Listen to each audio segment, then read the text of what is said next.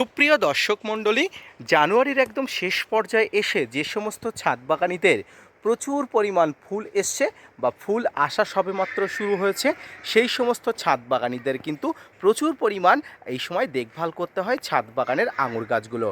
কারণ এই আঙুর গাছের ফুল কিন্তু অত্যন্ত সেনসিটিভ একটি ফুল। এই ফুলে কিন্তু সামান্য পরিমাণ উল্টোপাল্টা হলেই কিন্তু ফুলগুলো ঝরে পড়ে যায়। দেখতে পাচ্ছেন আঙুরের ফুল এই মুহূর্তে অলরেডি চলে এসছে।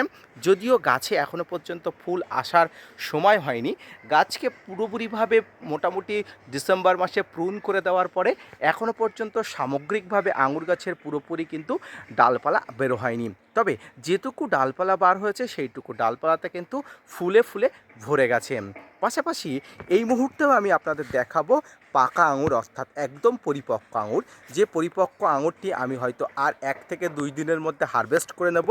এই আঙুরটি অত্যন্ত সুমিষ্ট এবং আপনারা যদি এই আঙুর ছাদ বাগানে একবার লাগাতে পারেন, সঠিকভাবে যত্ন করতে পারেন, তাহলে আপনার কিন্তু অনেক দিন যাবত কিন্তু প্রচুর পরিমাণ ফলন দিয়ে যাবে এই গাছটি। কারণ আমরা জানি আঙুর গাছ কিন্তু বহু বর্ষজীবী। আপনি যদি প্রচুর পরিমাণ অর্থাৎ হিউজ পরিমাণ আঙুর ফলাতে চান, আমি আপনাকে সাজেস্ট করব বাড়ির সামনে কোথাও জায়গাতে মাটিতে গাছটি রোপণ করুন।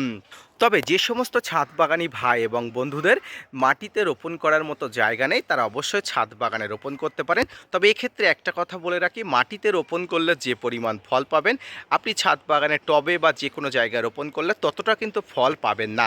যেটি পরীক্ষিত, প্রমাণিত এবং আমি নিজে কিন্তু এর পরীক্ষিত ফলাফল লক্ষ্য করেছি।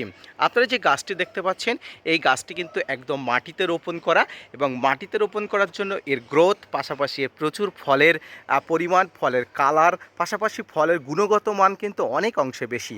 সেই জন্য সমস্ত প্রকার আঙুর চাষিরা মাটিতে রোপণ করেন, অর্থাৎ মাঠে রোপণ করেন তাদের ফলের গুণগত মান ভালোর জন্য, মিষ্টতার জন্য, পাশাপাশি গাছের স্বাস্থ্য ভালো থাকার জন্য। কারণ একটি আঙুর গাছ বহু বছর বেঁচে থাকে, তাই আঙুর গাছকে সঠিকভাবে বাঁচিয়ে রাখার জন্য আপনাকে পাত্র পরিবর্তন করতে হয় না, পাত্র নির্বাচন করতে হয় না। পাশাপাশি মাটিতে রোপণ করলে গাছ সঠিকভাবে খাবার পেয়ে যায়, খাবার সঠিকভাবে পেলে গাছের স্বাস্থ্য ভালো হয়। এদিকে নজর রেখে গাছকে কিন্তু আপনারা মাটিতে রোপণ করবেন।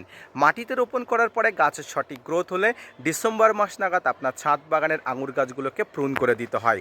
প্রুন করার পরবর্তীতে জানুয়ারির পরবর্তীতে যখন ফেব্রুয়ারি শুরু হয়, সবেমাত্র কচি পাতা এই মুহূর্তে আসা শুরু হয়। দেখতে পাচ্ছেন সবেমাত্র কচি পাতা আসছে এবং যে সমস্ত ডালপালাগুলো আগে বেরোবে, অর্থাৎ অ্যাডভান্স বেরোবে, সেই সমস্ত ডালপালার মাথায় কিন্তু প্রচুর পরিমাণ ফুল নিয়ে বাড়াবে, যেমনটি দেখতে পাচ্ছেন। এই মুহূর্তে আমার ছাদ বাগানে মাত্র কয়েকটি ডালপালা বাড়িয়েছে এবং প্রত্যেকটি ডালপালা কিন্তু ফুল নিয়ে বেরিয়েছে, দেখতে পাচ্ছেন। পাশাপাশি আরও প্রচুর পরিমাণ ফুল আসবে আশাবাদী, আর কয়েকদিন পরেই আমি আপনাদের সেটি দেখতে পারবো। তো এই মুহূর্তে মূলত কি পরিচর্যা করতে হবে? এই মুহূর্তে যেটি আপনাকে পরিচর্যা করতে হবে, নিয়মিত ফাঙ্গিসাইড এবং কীটনাশক প্রয়োগ করবেন। কারণ এই মুহূর্তে শীতের মোটামুটি শিশির পড়ছে, কুয়াশা পড়ছে, ঠান্ডা পড়ছে এবং চারিদিকে ধুলো বিভিন্ন ধরনের বাতাসের মাধ্যমে প্রবাহিত হচ্ছে, ফাঙ্গাস চারিদিকে ঘুরে ঘুরে বেড়াচ্ছে। তাই গাছের এই ধরনের কাণ্ডে যাতে কোনো ফাঙ্গাস না লাগতে পারে, তার জন্য ফাঙ্গিসাইড প্রয়োগ করবেন। এক্ষেত্রে ব্লাইটক্স ফাঙ্গিসাইড প্রয়োগ করতে পারলে খুবই ভালো ফলাফল পাবেন।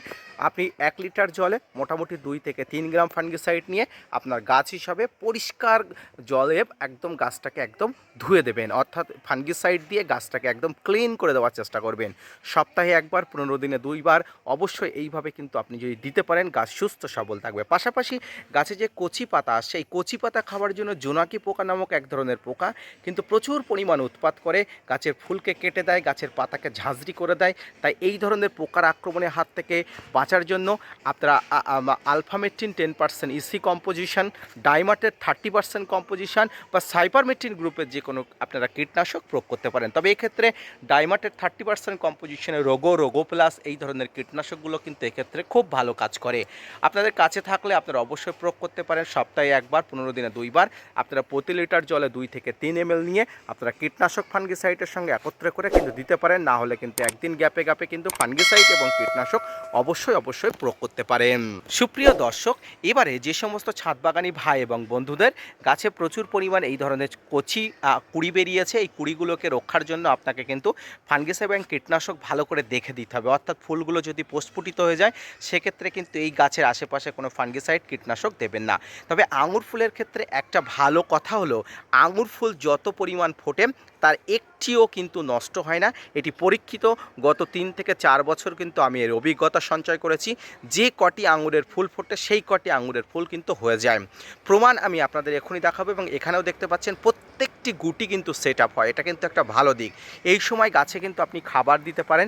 মিশ্র খাবারের মধ্যে শিংকুচি, নিমখোল, হাড়গুঁড়ো, ভার্মিকম্পোস্ট, সর্ষের খোল, বাদাম খোল, এই সমস্ত খাবারগুলো আপনি অবশ্যই দিতে পারেন। কোনো ধরনের কোনো অসুবিধা নেই।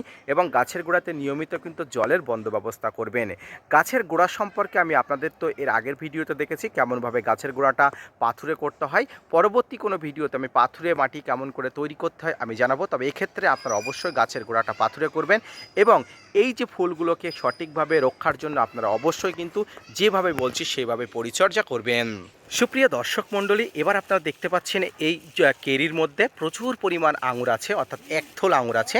তবে এখানে যে পরিমাণ আঙুরের গুটি ধরেছিল প্রত্যেকটি গুটি থেকে কিন্তু ফল সেট আপ হয়ে গেছে, আপনারা অবশ্যই দেখতে পাচ্ছেন। যদিও পাখির আক্রমণের হাত থেকে কিন্তু একটি রক্ষার জন্য আমার এই পন্থা অবলম্বন করতে হয়েছে। এবারে চলুন আমি দেখাবো একথল পাকা আঙুর, যে আঙুর কিন্তু আর কয়েকদিনের মধ্যে কিন্তু আমি হারভেস্ট করব।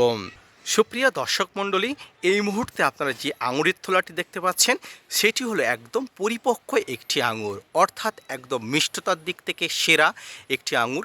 এর প্রচুর পরিমাণ শ্বাস আছে। এই আঙুরের বৈশিষ্ট্য হচ্ছে এর মধ্যে কিন্তু দুটি করে বা একটি করে বিচি থাকে। এটি কিন্তু একদম পরিপক্ক একটি আঙুর, এবং বিশ্বাস করুন দর্শক মণ্ডলী, এটি কিন্তু কোনোভাবেই কিন্তু টক হয় না। অর্থাৎ যদি আপনি সঠিকভাবে পরিচর্যা করতে পারেন আপনার ছাদ বাগানের আঙুর কিন্তু মিষ্টতা হতে বাধ্য। তার জন্য কিছু টেকনিক আপনাকে অবলম্বন করতে হয়। পরবর্তী কোনো ভিডিওতে বলবো আঙুর ফল কীভাবে মিষ্টি করা যায় তার পন্থা নিয়ে। তবে আজকের ভিডিও থেকে আপনারা যে সমস্ত তথ্য পেলেন সেই তথ্য অনুযায়ী ছাদ বাগানে প্রচুর পরিমাণ আঙুর ফলাতে পারবেন এভাবেই গাছকে পরিচর্যা করে। পাশাপাশি এই সময়ে আপনি ছাদ বাগানে একটি ভালো মানের পিজিআর স্প্রে করবেন। আপনারা মিরাকুলান করতে পারেন, প্লানোফিক্স করতে পারেন, বুস্টার করতে পারেন, কোনো ধরনের অসুবিধা নেই। প্রতি 15 দিনে একবার করে আপনারা এই পিজিআরগুলো স্প্রে করুন। এর পরবর্তীতে আমি কয়েকটি কথা আপনাদের উদ্দেশ্যে বলবো। গত ডিসেম্বর মাসে আঙুর ফল গাছ কাটিং অর্থাৎ কাটাই ছাঁটাই করার পরে আমি প্রচুর পরিমাণ আঙুরের কিন্তু চারা তৈরি করেছি। এই মুহূর্তে সেই তার চারাগুলো অবশ্যই আপনারা দেখতে পাচ্ছেন। এখানে কিছু কিছু চারা মোটামুটি তৈরি হয়ে গেছে, আর কয়েক মাস পর থেকে কিন্তু এই চারাগুলো আপনাদের উদ্দেশ্যে ডেলিভারি দিতে পারবো। এক্ষেত্রে আঙুরের চারাগুলো কিন্তু আপনারা হৃষ্টপুষ্ট স্বাস্থ্যবান পেয়ে যাবেন। যারা এই চারাগুলো নিতে ইচ্ছুক তারা অবশ্যই আমার ডেসক্রিপশানে দেওয়া হোয়াটসঅ্যাপ নম্বরে যোগাযোগ করবেন, এবং আমার অবশ্যই চ্যানেলে বিভিন্ন ধরনের লিঙ্কের মধ্যে আমার হোয়াটসঅ্যাপ গ্রুপ দেওয়া আছে, সেখানে কিন্তু ক্লিক করে হোয়াটসঅ্যাপ গ্রুপে জয়েন্ট হয়ে যাবেন। আপনাদের লোকেশান অনুযায়ী পাঠিয়ে দেওয়া হবে। চার্জ পরবর্তীতে আপনাদের অবশ্যই পাঠিয়ে দেওয়ার আগে জানিয়ে দেওয়া হবে। তো ফ্রেন্ডস, এইভাবে যদি আপনারা পরিচর্যা করতে পারেন, এই ছোট্ট গাছগুলোকে যদি দেখভাল করতে পারেন, প্রচুর পরিমাণ ফলন এবং স্বাস্থ্যবান গাছ, পাশাপাশি গাছকে হৃষ্টপুষ্ট করা সম্ভব। আজকের ভিডিওটি এই পর্যন্ত। দেখা হচ্ছে পরবর্তীতে নতুন কোনো ভিডিও নিয়ে, নতুন কোনো তথ্য নিয়ে। ততক্ষণ সুস্থ থাকবেন, ভালো থাকবেন। ধন্যবাদ।